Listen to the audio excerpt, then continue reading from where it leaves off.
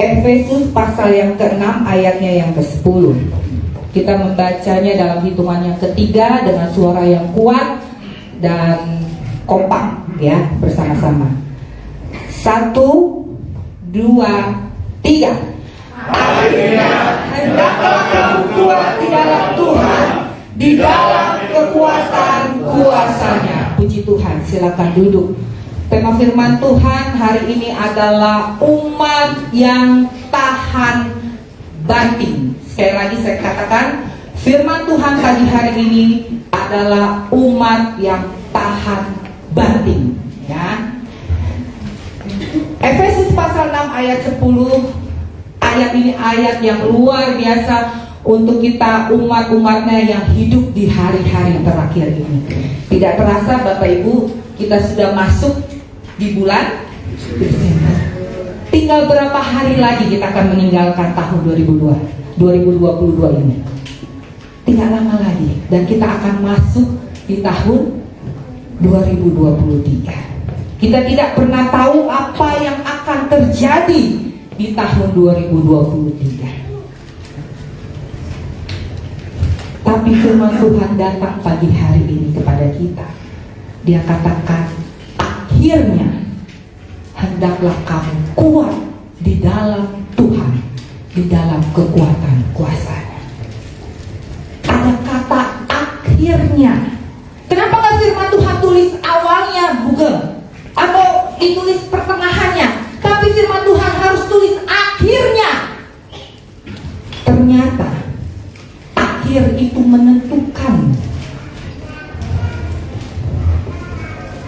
Awal penting, awal memang penting, tapi akhir itu menentukan Bapak Ibu. Ada orang mengawali hidupnya dengan roh, tapi berakhir dengan daging. Maksudnya apa? Maksudnya begini. Ada orang awal hidupnya dia semangat melayani, dia benar-benar sungguh-sungguh datang kepada Tuhan. Tetapi karena ada gelombang kehidupan, akhirnya ketika Tuhan memanggil dia, dia mengakhiri hidupnya dengan hal-hal duniawi. Dan akhirnya itu Tuhan lihat. Apa yang dia sudah lakukan sebelum-sebelumnya menjadi sia-sia, percuma.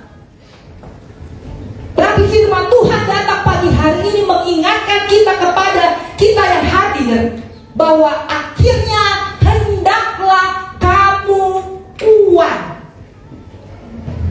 Amin.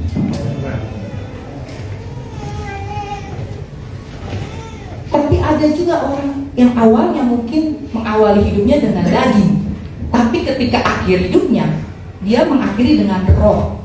Dia hidup di dalam Tuhan. Dia ditaruh di hidupnya untuk percaya penuh kepada Tuhan. Jadi Bapak Ibu, awal penting, tapi akhir menentukan. Jangan sampai Bapak Ibu saudara-saudari semua, ya, awalnya semangat ikut Tuhan, semangat melayani Tuhan, semangat datang kepada Tuhan, tapi akhirnya jauh dari Tuhan. Ketika tahun 2023 sudah hilang, lenyap di telan badai. Jangan Bapak Ibu.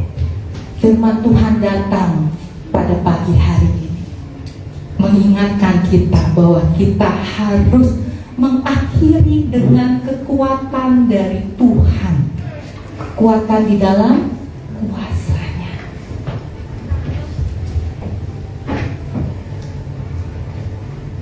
Allah ingin dari awal sampai akhir hidup kita memperhatikan hidup ini dengan sungguh-sungguh, ya. Jangan saudara sayang kalau saudara, banyak saya lihat beberapa orang, wah dulu semangat melayani bla bla bla, tapi ketika perjalanan hidup banyak proses, banyak badai hidup, dia mundur jauh dari Tuhan. Sampai pun akhirnya meninggal, dia tidak hidup di dalam Tuhan. jadi sia-sia, percuma apa yang sudah dilakukan bertahun-tahun sebelumnya. Tuhan melihat akhir hidup Bapak, Ibu, Saudara-saudara. Pertahankan iman kita, pertahankan kepercayaan kita kepada Tuhan, karena itu penting. Lalu pertanyaannya, kuat yang bagaimana yang dikehendaki oleh Tuhan? Dikatakan bahwa akhirnya hendaklah kamu kuat di dalam Tuhan. Kita akan belajar pagi hari ini bagaimana kita bisa hidup kuat di dalam Tuhan. Amin. Apakah kuat fisiknya, bukan? Wah, kalau kuat fisiknya mungkin Simpson orangnya. Alkitab mencatat bahwa Simpson itu seorang yang kuat. Ya, dia bisa mengalahkan musuh-musuhnya tanpa alat perang. Dia orang yang kuat pada saat itu. Sejarah Alkitab mencatat bahwa Simpson, dia kuat fisiknya. Tapi apakah itu yang Tuhan cari? Bahwa itu adalah orang-orang yang kuat di dalam Tuhan? Tidak. Buktinya apa? Ketika ada seorang wanita cantik, wanita jege, ya, tahu jege? Bahasa Korea itu, ya. Akhirnya Simpson lemah. Ketika Delila datang, Simpson akhirnya jatuh. Kekuatannya hilang karena tergoda oleh wanita jege itu, ya. Ya, jege betul toh? Itu bahasa Korea itu. Nah, bukan karena kuat fisiknya. Di 1 Raja-Raja 10 dikatakan ada seorang raja yang paling kaya, punya banyak harta. Ya, paling kaya raja di dunia adalah Raja Salomo. Apakah orang yang kuat di dalam Tuhan adalah orang yang paling kaya? Tadi kan orang yang paling kuat fisiknya Simpson. Ternyata enggak, dia jatuh juga. Apakah orang yang kuat uangnya, yang punya banyak harta? Salomo. Walaupun dia punya banyak uang, walaupun dia punya banyak harta, tapi dia juga jatuh. Dia punya berapa istri? 2. Mending 2, Pak. 700 istri dan 300 butiknya. Oh, kalau Pak Karus, ampun. Pak Karus langsung, gimana ngurusnya? 700 istrinya kita mencatat. Pak,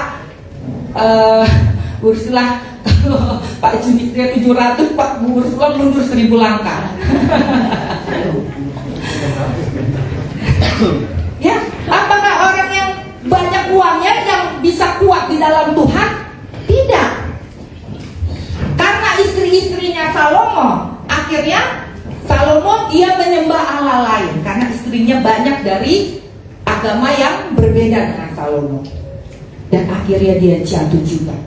Lalu apa artinya orang yang kuat di dalam Tuhan? Kita lihat Lukas 1 ayat 80 bagian A.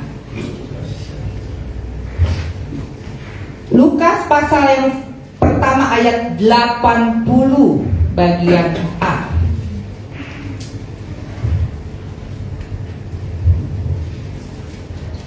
Adapun anak itu bertambah besar dan makin kuat rohnya. Ini berbicara tentang Yohanes Pembaptis. Dikatakan firman Tuhan bahwa Yohanes Pembaptis dia bertambah besar dan dia makin kuat rohnya. Yang Tuhan inginkan kita kuat di dalam Tuhan adalah kuat kerohanian kita. Amin. Roh kita harus semakin kuat. Pengiringan kita kepada Tuhan harus semakin kuat. Makin tangguh kekristenan kita, sehingga kita menjadi umat yang tahan tanding, tidak mudah dijatuhkan. Jangan hanya jam tangan saja Bapak Ibu. Jam tangan itu kan ada apa namanya, waterproof. Tahu waterproof? Akan tahan air, ya kan? Tahan air.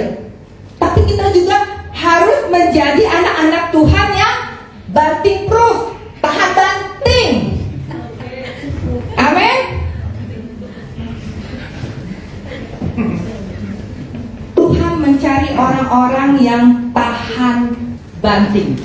Meskipun dia menghadapi badai, meskipun dia menghadapi gelombang hidup, meskipun dia menghadapi kesulitan, dia tetap bertahan dan tidak menyerah. Amin. Itu yang Tuhan cari.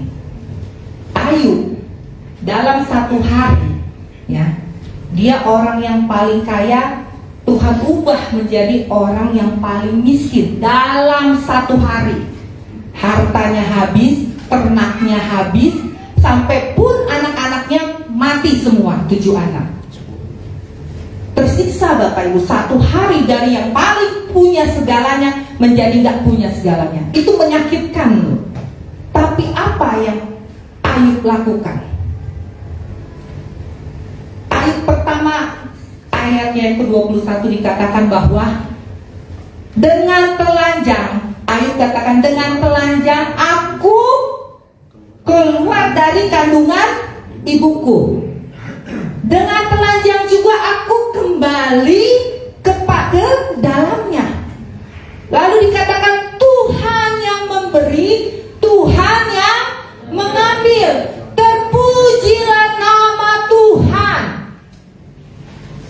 Bapak Ibu, kita boleh melihat Ayub, dia tidak mengeluh, dia tidak kecewa dengan Tuhan.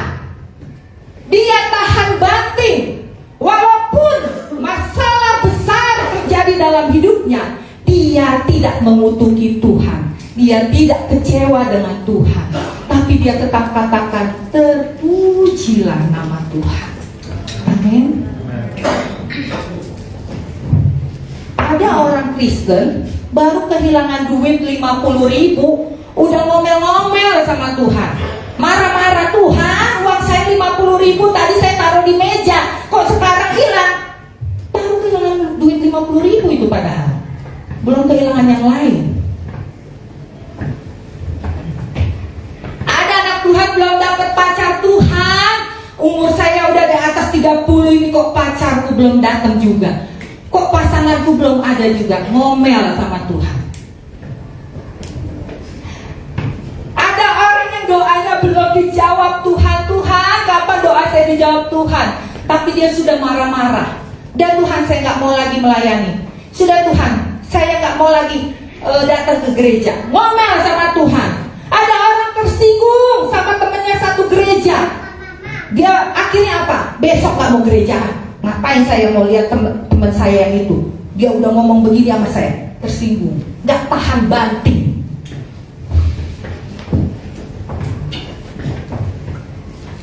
Tuhan mencari orang-orang yang tahan banting, Bapak Ibu. Ini udah mau masuk 2023.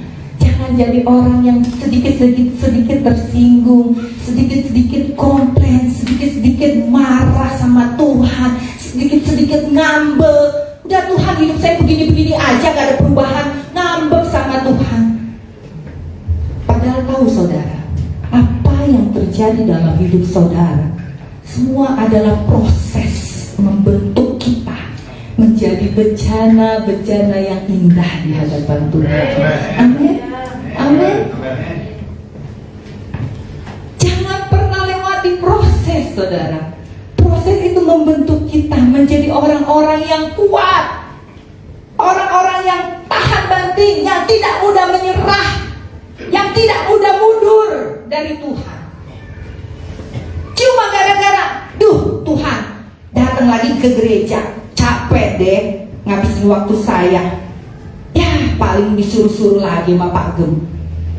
Ya, paling disuruh-suruh ini itu, komplain. Baru soal begitu udah marah sama Tuhan, ngambek. Udahlah, besok gak usah pelayanan, udahlah besok gak usah datang. Bapak Ibu, Orang-orang yang begitu adalah orang-orang yang mental proof, gak tahan banting.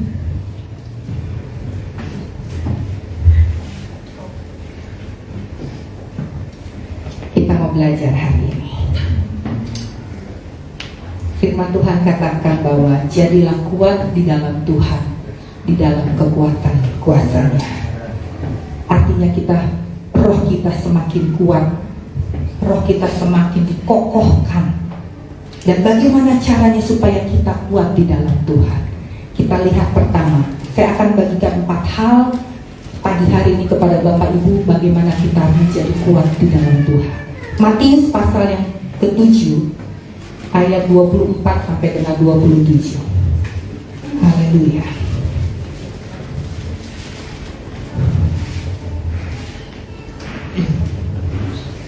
Matius pasal yang ke-7 ayat yang ke-24 sampai dengan 27. 2 macam dasar, saudara perhatikan. Setiap orang yang mendengar perkataanku ini dan melakukannya, ia sama dengan orang yang bijaksana, yang mendirikan rumahnya di atas batu. Kemudian turunlah hujan dan datanglah banjir. Lalu angin melanda rumah itu, tetapi rumah itu tidak rubuh sebab didirikan di atas batu. Ayat 26 saya minta Pak Iko baca. Ayat yang ke-26. Demikian firman Tuhan. Tetapi setiap orang yang mendengar perkataanku ini dan tidak melakukannya, dia sama dengan orang yang bodoh, yang mendirikan rumahnya di atas pasir. Pak Penny baca ayat 27. Dia turunlah hujan dan datanglah banjir. Kalau angin melanda rumah itu, sehingga tumbuhlah rumah itu dan hebatlah perusahaan. Haleluya. Bapak Ibu, kita belajar dari perikop ini ada 2 macam dasar, ya, 2 macam dasar yang dibangun, ya. Pertama di atas batu yang kuat. Yang kedua di atas pasir. Ya, ini berbicara rumah, ya, rumah yang dibangun dasarnya dari batu atau dasarnya dari pasir. Kedua-duanya sama-sama berdiri, berbentuk rumah dan kelihatannya sama, ya. Tapi suatu kali datang, dikatakan apa? Banjir, hujan, dan angin. Dari situlah baru tampaklah perbedaannya, ya. Yang di atas batu dia tetap kuat, kokoh. Tapi yang di atas pasir dia rontok, rubuh, ya. Untuk kita kuat di dalam Tuhan, hal yang pertama yang harus kita perhatikan adalah pondasi rumah kekristenan kita. Sekali lagi saya katakan, untuk kita kuat di dalam Tuhan, yang harus diperhatikan adalah pondasi rumah kekristenan saudara. Amin. Firman Tuhan katakan ada 2 model rumah kekristenan. Pertama, dia didirikan di atas batu, dan yang kedua dia didirikan di atas pasir. Tapi ketika datang badai, datang hujan, datang banjir, terlihatlah perbedaannya. Rumah yang di atas batu dia tetap kokoh, tapi rumah yang didirikan di atas pasir dia roboh. Bapak Ibu, jangan jadi orang Kristen karena pondasi pasir dunia. Maksudnya apa? Jangan jadi orang Kristen karena ikut-ikutan. Jangan jadi orang Kristen karena tradisi keluarga. Saya memang dari sononya orang tua saya udah jadi Kristen, jadi saya ikut Kristen. Jangan jadi orang Kristen apalagi karena pasangan. Suami saya Kristen, saya jadi ikut Kristen. Jangan. Saudara tahu pondasi rumah kekristenan saudara? Saudara tahu? Saudara yang bisa jawab. Firman Tuhan katakan bahwa kita harus taruh pondasi rumah kekristenan kita di atas batu yang kuat, yaitu batu karang yang hidup, yaitu Yesus. Amin. Kita harus taruh pondasi rumah kekristenan kita di dalam Yesus. Bukan karena pasangan, bukan karena keluarga, bukan karena saya KTP dari sananya, bukan. Tapi saudara jadi Kristen karena saudara menerima lawatan Tuhan. Saudara jadi Kristen karena saudara merasakan jamahan Tuhan. Saudara menjadi Kristen karena saudara merasakan hadirat Tuhan. Ada Tuhan di dalam hidup saudara. Itu yang kuat. Amin. Dirikanlah rumah kekristenan saudara di atas batu karang yang hidup, yaitu Yesus sendiri. Saya harus ingatkan ini kepada saudara. Kalau saudara jadi Kristen karena pasangan, ketika pasangan saudara melakukan kesalahan, saudara bisa kecewa, saudara bisa mundur, saudara bisa jauh dari Tuhan. Tapi kalau saudara jadi Kristen karena saudara tahu ada Yesus dalam hidup saudara, karena saudara menerima lawatan Tuhan, menerima jamahan Tuhan, saya percaya saudara akan menjadi orang-orang yang kuat dalam Tuhan. Amin. Taruh pondasi rumah kekristenan saudara di atas batu karang yang hidup.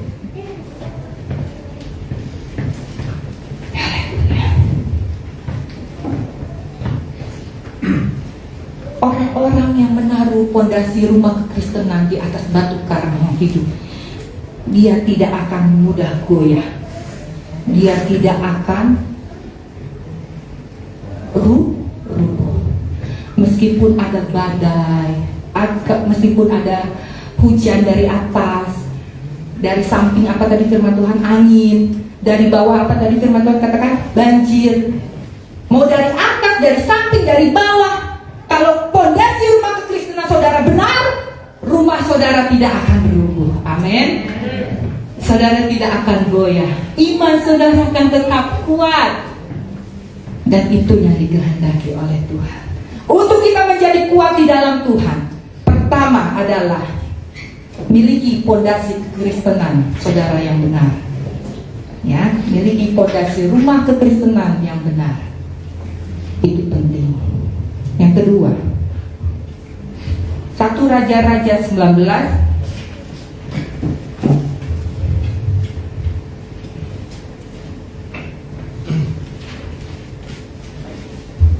ayat yang pertama sampai dengan ke-8. Ayat pertama sampai kedua tolong Bu, saya nggak lihat, Bu Maria boleh baca lebih keras. 1 Raja pasal 19 ayat 2. Elia ke gunung Horeb. Ketika Ahab memberitahukan kepada Isabel segala yang dilakukan Elia dan perihal Elia membunuh semua nabi itu dengan pedang, maka Isabel menyuruh seorang pilihan mengatakan kepada Elia, beginilah kiranya para awan menghukum aku, bahkan lebih lagi daripada itu, jika besok kira-kira pada waktu ini aku tidak membuat nyawamu sama seperti nyawa salah seorang dari mereka itu. Ibu Cindy, ayat ketiga dan keempat. Maka takutlah ia lalu bangkit dan pergi menyelamatkan nyawanya, dan setelah sampai ke Beersheba yang termasuk wilayah Yehuda, ia meninggalkan bujangnya di sana. Ayat 4, tetapi ia sendiri masuk ke padang gurun sehari perjalanannya jauhnya, lalu duduk di bawah sebuah pohon ara. Kemudian ia ingin mati, katanya, cukuplah itu, sekarang ya Tuhan, ambillah nyawaku, sebab aku tidak lebih baik daripada nenek moyang. Ayat 5 ke 6, Marlin. Ayat 5, sesudah itu ia berbaring dan tidur di bawah pohon ara itu, tetapi tiba-tiba seorang malaikat menyentuh dia serta berkata kepadanya, bangunlah, makanlah. Ayat 6, ketika ia melihat sekitarnya, maka pada sebelah kepalanya ada roti bakar dan sebuah kendi berisi air. Lalu ia makan dan minum, kemudian berbaring pula. Ayat 7 ke 8, Ella bacanya. Ella. Tetapi malaikat Tuhan datang untuk kedua kalinya dan menyentuh dia serta berkata, bangunlah, makanlah, sebab kalau tidak perjalananmu nanti terlalu jauh bagimu. Maka bangunlah ia, lalu makan dan minum. Dan oleh kekuatan makanan itu ia berjalan 40 hari 40 malam lamanya sampai ke gunung Allah, yakni gunung Horeb. Puji Tuhan. Bapak Ibu, kita belajar di sini habis badannya tentang seorang nabi yang bernama Elia. Ya, seorang tokoh yang sangat terkenal saat itu yaitu Elia. Dia seorang nabi yang dipakai oleh Tuhan. Nabi Elia, dia melawan dan membunuh 450 nabi Baal saat itu, ya. Dan Elia dipakai Tuhan untuk dia bisa mempertobatkan satu bangsa. Dahsyat sekali, dia bisa membuat banyak orang untuk datang kepada Tuhan. Tapi apakah itu menjamin hidupnya untuk dia tetap kuat di dalam Tuhan? Ternyata tidak. Ketika dia tahu bahwa Ratu Isabel, ya, ingin membalas kematian nabi-nabi Baal, Ratu Isabel bermaksud untuk membunuh Elia. Dan Elia, dia menjadi takut. Dikatakan dalam firman Tuhan yang sudah kita baca bahwa dia, maka takutlah ia lalu bangkit dan pergi menyelamatkan nyawanya. Dia akhirnya melarikan diri. Nabi Elia melarikan diri dan dikatakan bahwa dia ingin mati rasanya saat itu. Ketika dia tahu bahwa Isabel ingin membunuh dirinya. Elia, dia mengalami letih lesu, Bapak Ibu. Ketika dia berbaring, nah dikatakan ayat kelima, sesudah ia berbaring dan tidur di bawah pohon arar itu, tetapi tiba-tiba seorang malaikat menyentuh dia dan serta berkata kepadanya, bangunlah, makanlah. Elia, dia mengalami letih lesu, ya, dia mengalami kelemahan, capek. Tapi firman Tuhan datang kepada dia. Elia bangun dan makan. Ayat ke-6, ketika dia melihat sekitarnya, maka pada sebelah kepalanya ada apa?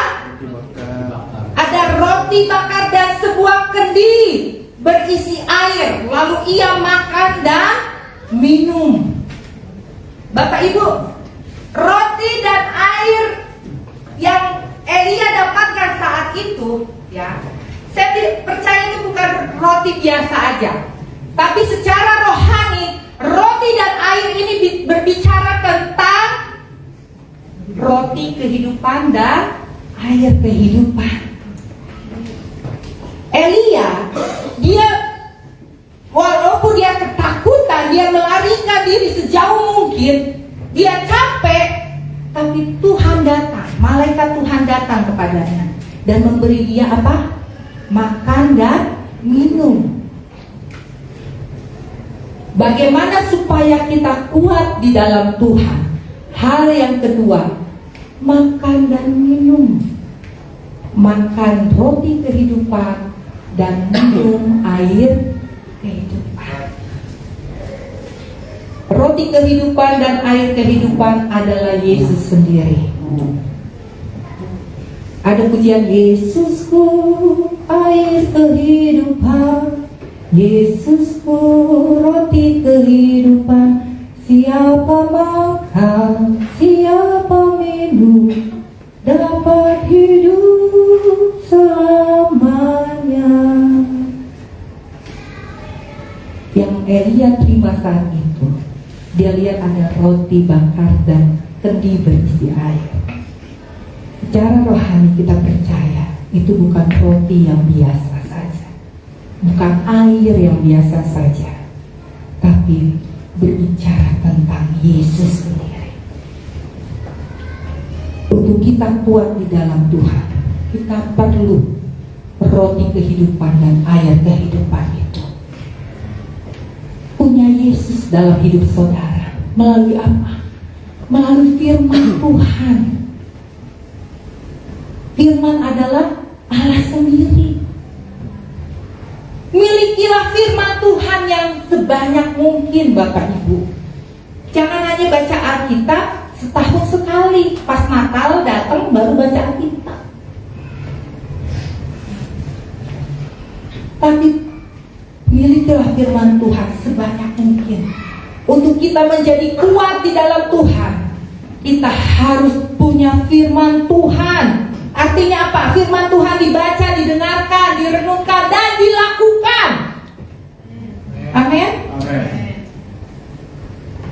Elia saat itu dia bukan hanya sekali dikasih makan Bapak Ibu. Dikatakan ayat 6, ketika dia makan dan minum, kemudian dia berbaring lagi. Berbaring lagi artinya dia tidur lagi.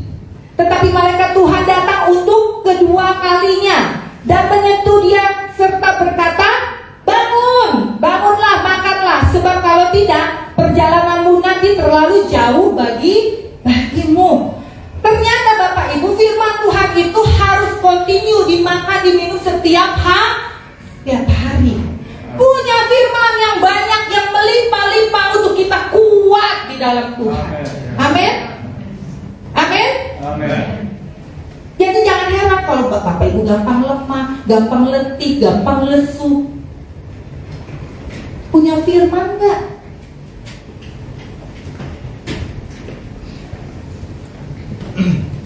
Malaikat Tuhan datang untuk kedua kalinya, memberi Elia makan dan minum. Melalui firman Tuhan kita akan dikenyangkan. Amin. Melalui firman Tuhan kita akan dikuatkan. Karena itulah kita bisa menjadi orang-orang yang kuat di dalam Tuhan. Yang kedua adalah miliki firman Tuhan yang melimpah. Yang ketiga, untuk kita menjadi kuat di dalam Tuhan, Mika 3 ayat 8. Mika setelah kita Yunus. Mika 3 ayat ke-8.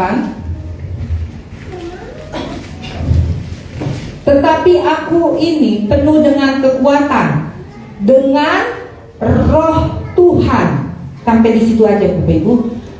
Kalau kita mau kuat di dalam Tuhan, dikatakan tetapi aku ini penuh dengan kekuatan, yaitu dengan roh Tuhan. Kuncinya kita harus penuh dengan roh Tuhan, Roh Kudus.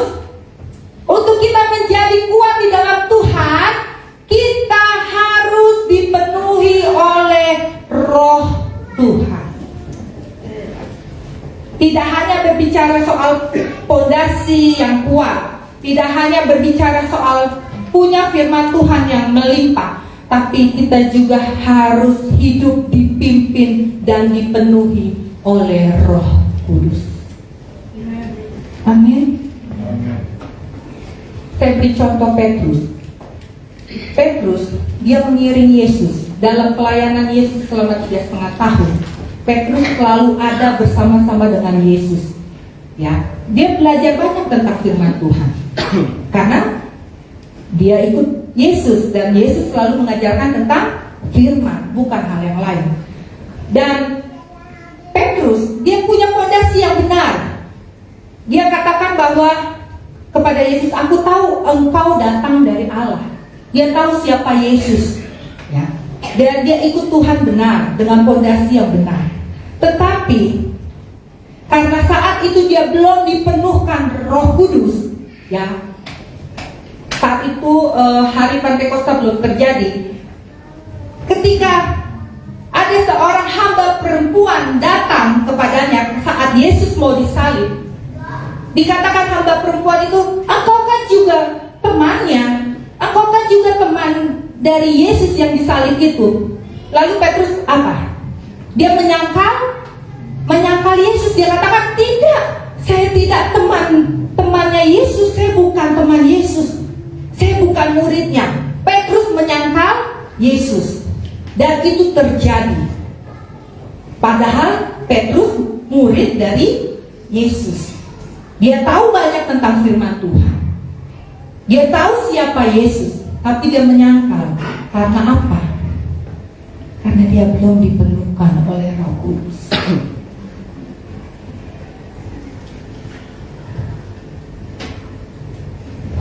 Saat terjadi hari Pentakosta, di kamar loteng Yerusalem turun dicurahkan kuasa Roh Kudus. Petrus dia dipenuhkan oleh Roh Kudus. Setelah dia dipenuhkan oleh Roh Kudus, kisah para rasul katakan bahwa ketika Petrus pertama kali berkhotbah, 3.000 orang diselamatkan menerima Yesus sebagai Tuhan dan Juru Selamat. Itu karena apa? Karena dia sudah dipenuhkan oleh Roh Kudus.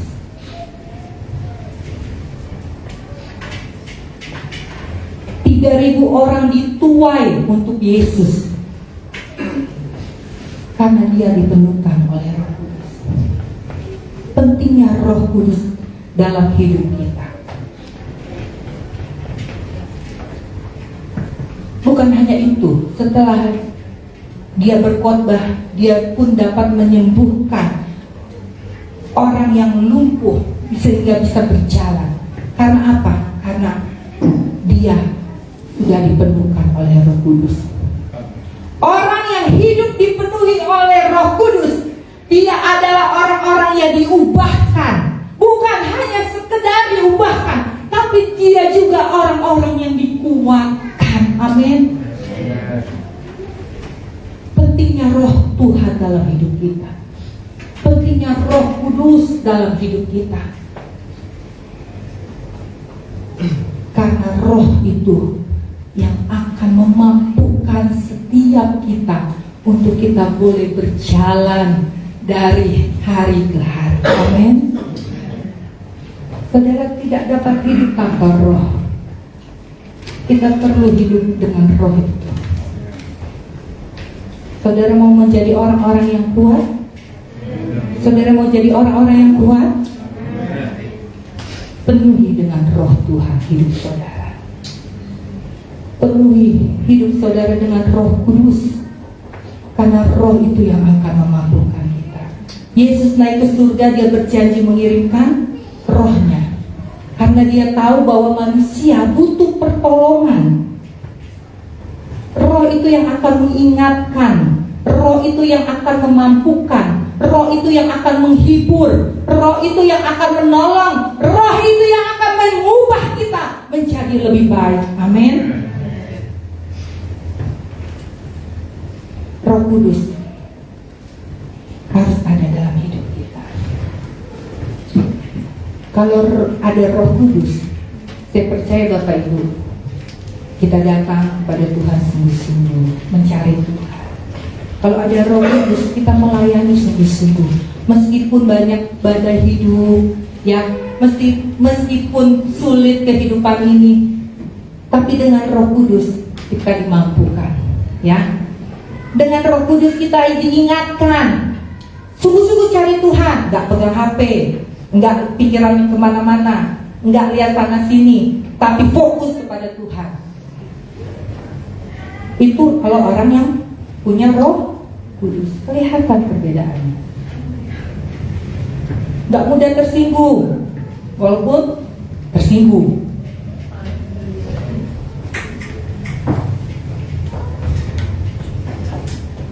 Haleluya. Untuk kita menjadi kuat di dalam Tuhan, kita harus dipenuhi oleh Roh Kudus. Yang terakhir, yang keempat, Yesaya 30 ayat 15.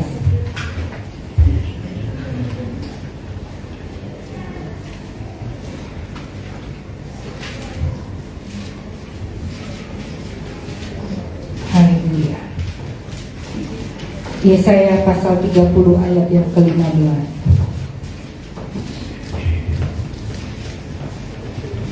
Sebab beginilah firman Tuhan Allah yang Maha Kudus, Allah Israel, dengan bertobat dan tinggal diam kamu akan diselamatkan. Dalam tinggal tenang dan percaya terletak kekuatan. Yang terakhir, Yang keempat, untuk kita menjadi kuat di dalam Tuhan adalah kita tinggal tenang dan percaya.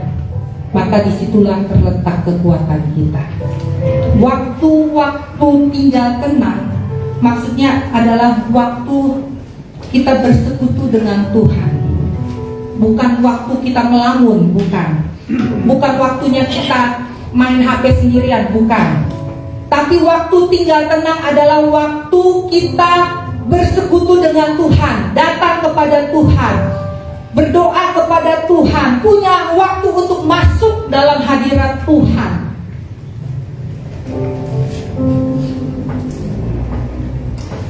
Saudara, kita perlu waktu untuk tinggal tenang.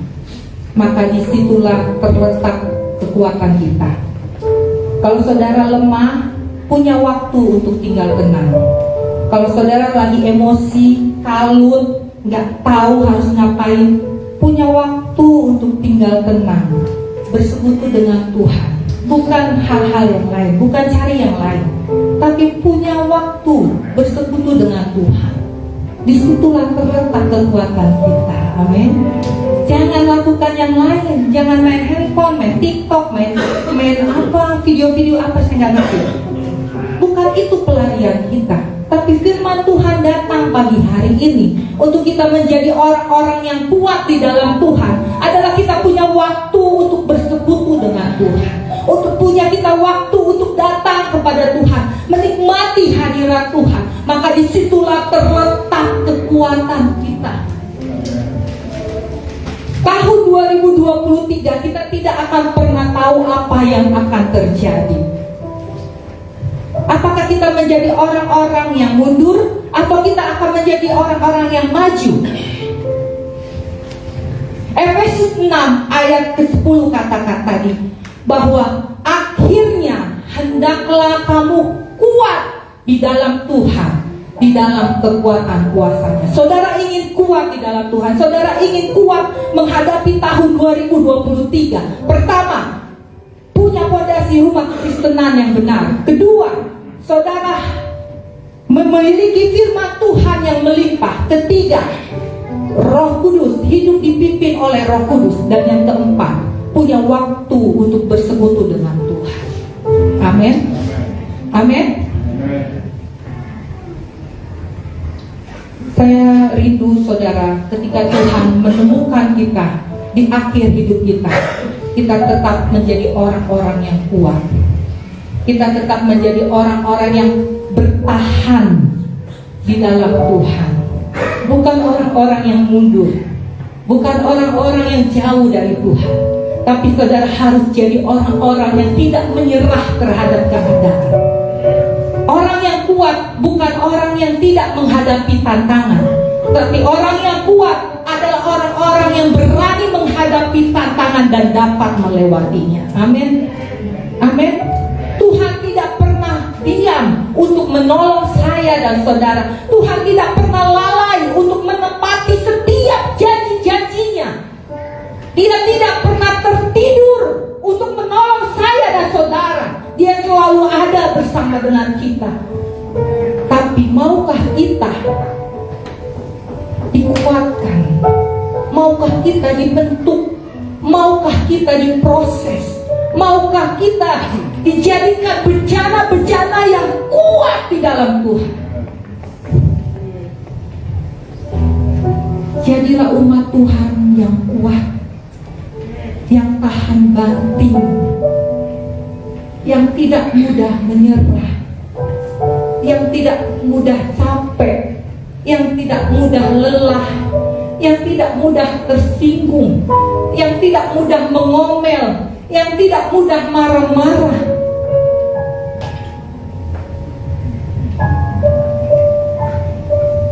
Haleluya. Haleluya. Haleluya.